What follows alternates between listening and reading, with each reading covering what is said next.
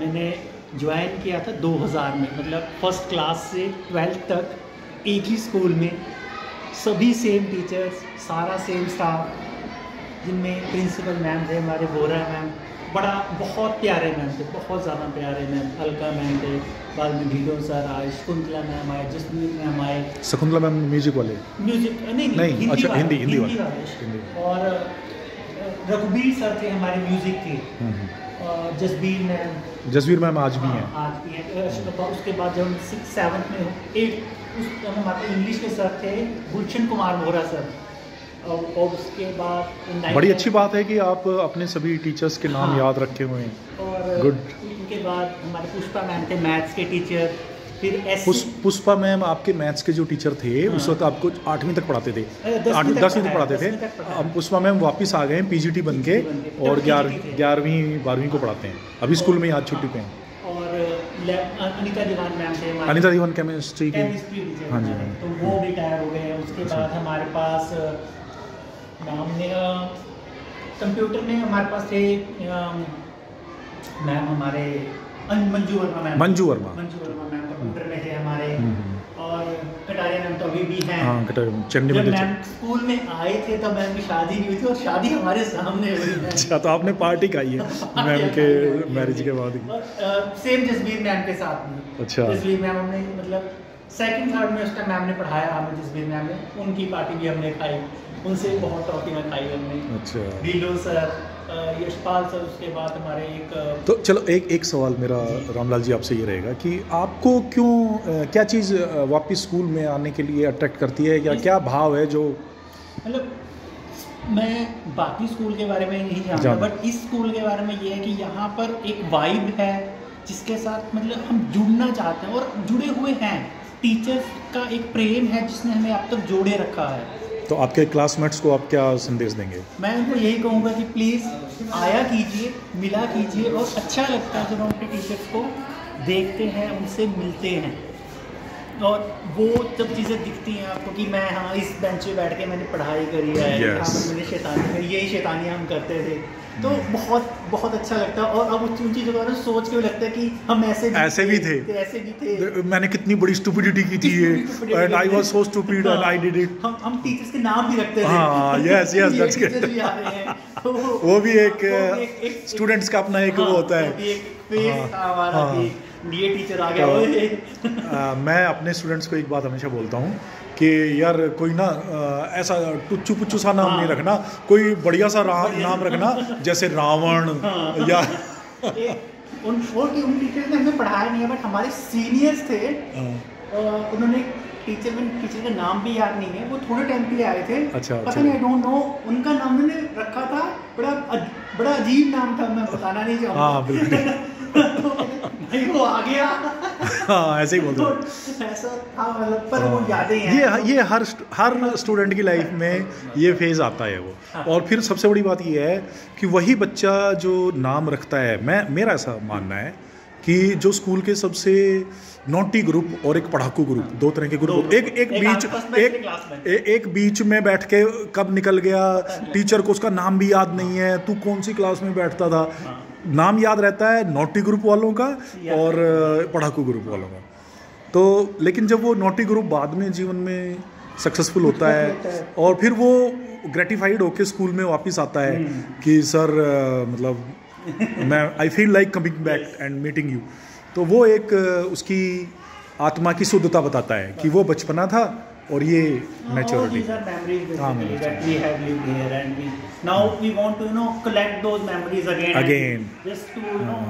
बस हमें ये है कि उन चीज़ों को दोबारा जीना चाहते हैं, because now we know what is life and how we are living and how we are running and how our fathers हमें उन्होंने इस काबिल बनाया कि हम यहाँ पढ़ें और हम कैसे पढ़ रहे हैं। दरअसल मैं आज भी जब बच्चों की काउंसलिंग करता हूँ तो मैं उनको यही बताता हूँ कि बेटा ये पंखा जो ऊपर चल रहा है, थाली में खाना परोसा जा रहा है, ये परिस्थिति हमेशा नहीं रहने वाली है। जब ये परिस्थिति बदलती हैं तब रियलाइज़ होता है कि मैंने क्या खो दिया। जब तक वो खाना परोसा जा रहा है, ऊपर पंखा एसी चल रहा है, मोटरसाइकिल कार स्कूटर घर में मौजूद है, आप चला पा रहे हो बिना किसी टेंशन के, मतलब वो एक सुख सुविधाएं सुख जब हमारे पास होती हैं तो मुझे लगता है क्या ही हाँ, है, ये पर क्या जब है? उसको कमाना पड़ता है तब पता लगता है कि यार दैट्स ग्रेट। कैसे कमा रहे हैं हाँ। और इसके लिए हमें कितनी मेहनत करनी और है।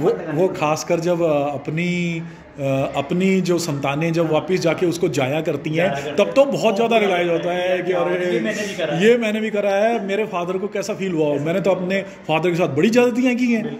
वो तब पता चलता है जब बेटा करता है या बेटी करती है। हमने पर जो असली मजा था जिंदगी वो तभी था जब हमारे जेब में 10 रुपए होते हैं और एक पैटीज खानी है हमने। अब क्या पैसा है लेकिन टाइम नहीं है और वो पैटी का जिसके साथ वो पैटी का एंजॉयमेंट करो। तब 10 रुपए में होता है 5 तेरे 5 मेरे, ये खाएंगे फालतू नहीं। लड़ाई बस इसी में होती थी, काम वो अच्छी वाइब्स थी। पर टीचर्स का बहुत प्यार था, बहुत ज़्यादा प्यार था हर एक टीचर का। मैं सभी टीचर्स को चलिए, उस वक्त लाइब्रेरी में किताबें कितनी थी? बहुत कम थी। अलमीराज अगर मैं गिनूं यहाँ पर पीछे जितनी अलमीराज हैं हाँ वो थी, ये तो थी, बट बुक्स कम थी। अच्छा, बुक्स काफी कम बुक्स थी हमारे पास। अगर हम सब्जेक्ट्स की बुक करें तो ठीक थी, बट जैसे एक्स्ट्रा बुक्स अभी आज हमारे पास 7010 किताबें। हाँ, अगर मैं कुछ याद है एक्सेशनिंग की है। हाँ, क्योंकि मैंने थोड़ा इन्वेंट्री में भी काम किया है। अच्छा, आपने EG 3 में भी मैडम की मदद की है? मैडम की मदद की, लगभग 4-5 महीने बैठ के डेटा एंट्री करी। लगभग उस टाइम हमारे पास 3500-4000 के करीब किताबें थी। अच्छा, जो हमने एंट्रीज करी। 2007 में पास आउट हुए ना? नहीं, 2012 में 12, हाँ तो 10 साल। 4000 किताबें थी जिसकी मैंने जो एंट्री करी 2012 में नहीं करी। एंट्रीज मैंने करी 7-8 के टाइम पे। अच्छा, 7-8 में। उस टाइम मैं 6-7 में था जब मैं एंट्रीज करता था। मैंने अच्छा 6-7 में आप एंट्री करते थे EG 3 में? EG 3 में ग्रेट। मैंने अपनी फर्स्ट जीमेल आईडी भी इसी कंप्यूटर पे बनाई थी। अच्छा, ये वही कंप्यूटर रखा हुआ है, मैं दिखा देता हूँ वीडियो में। ये रामलाल जी ने जिस कंप्यूटर पे अपनी पहली मेल आईडी, यही यादें खींच के लाती हैं बंदे को वापस कि देखो ये वही कंप्यूटर है, वही टेबल है वाइट कलर का, है ना? क्योंकि इंटरनेट या तो यहाँ था, हाँ नहीं आज भी है, हाँ, या फिर हमारी कंप्यूटर लैब में होता है। हाँ ठीक। तो अब वहाँ पर बीएड थे, बच्चे होते थे, यहाँ पर था इंटरनेट। आज कैसा वाइब है लाइब्रेरी का? अब आपको बहुत बदल चुका है, बहुत मतलब भरा हुआ है, बुक्स हैं, एक मतलब अब और चीज़ें बढ़ गई हैं तो मतलब वाइब अलग आती है कि लाइब्रेरी। बट ये है कि टाइम के साथ हर चीज़ें बदल रही है। वो टाइम अलग था, वो एक अलग उस टाइम के अगर देखा जाए तो वो टाइम बहुत अच्छा था। उस वक्त की जो चाहे रिसोर्सेज एम्पल नहीं थे, लेकिन जो टीचिंग लर्निंग का जो मेथोडोलॉजी और प्रोसेस था वो ज़्यादा अच्छा था।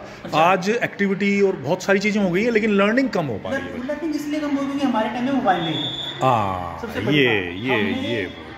ये बहुत अच्छा काम टाइम के हैं जब नोकिया 1100 था। हाँ, बटन वाला ना, बटन वाला वो जिसमें मैसेज आते थे और फिर वो अनलिमिटेड होते थे, वो 100 मैसेज हुए। तो तब बुक्स पढ़ते थे, अब बुक्स नहीं पढ़ते। बट अभी मेरे पास, मैं खुद बुक्स पढ़ता हूँ, तो मेरे पास मैं IT रिलेटेड पढ़ता हूँ, तो काफ़ी बुक्स पढ़ी है मेरे पास जो मैं पढ़ता हूँ जब मुझे टाइम मिलता है रात को। ऐसे अच्छा, आप अच्छे रीडर भी रहे। 11 से 12 में पढ़ता हूँ, चाहे मैं ऑनलाइन पढ़ूँ चाहे मैं ऑफलाइन पढ़ूँ। यानी कि आप सोने से पहले एक बार कोई ना कोई रीडिंग करके कुछ ना कुछ उसके बहुत अच्छे। क्योंकि हमें तो अपनी टेक्नोलॉजी से अब जुड़े रहना पड़ता है। अगर आप अपने आप को डेली अपडेट नहीं करेंगे तो आप पीछे रह जाओगे। That's the only way to live. यही है कि बस आपको अब जंग जीतनी है भाई, कुछ करोगे तो ही मिलेगा, नहीं तो कुछ नहीं मिलेगा। और वही हम कर रहे हैं।